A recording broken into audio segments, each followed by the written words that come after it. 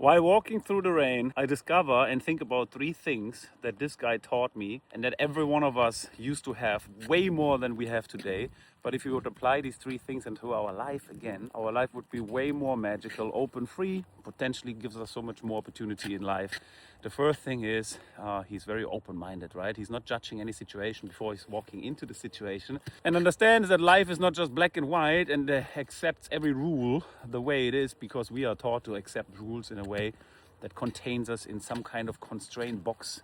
Rule, government, school system, we take everything for granted and believe like this is the way it is. And a toddler like this, he's exploring life in an open way, unjudgmental.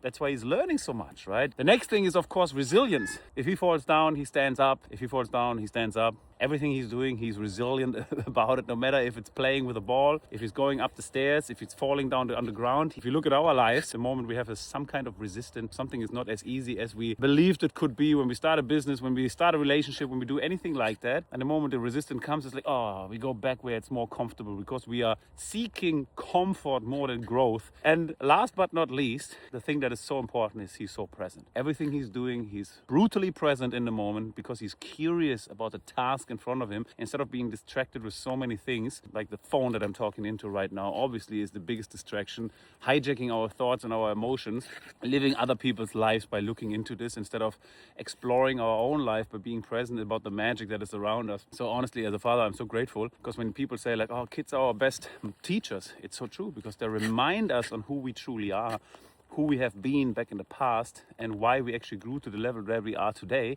So for me as a father, obviously it's very important to say like, no, not to him. Don't stop him from exploring, from being curious, don't tell him not, because otherwise he will adapt the mindset of not being open.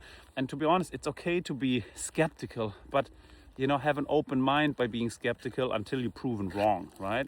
Or proven right. And it's just really magical to learn this, and that I have a beautiful little guy who's reminding me on a day-to-day basis how magical, how present, how open, how curious you can be in order to be so excited. If you imagine you would go into any situation, meeting anybody and being super excited about life because everything is so, wow, so amazing. So it's the factor of gratefulness, the factor of like things are not just like normal, but they are actually beautiful, right? Even if it's playing in the rain and holding a stick, or even eating a stick.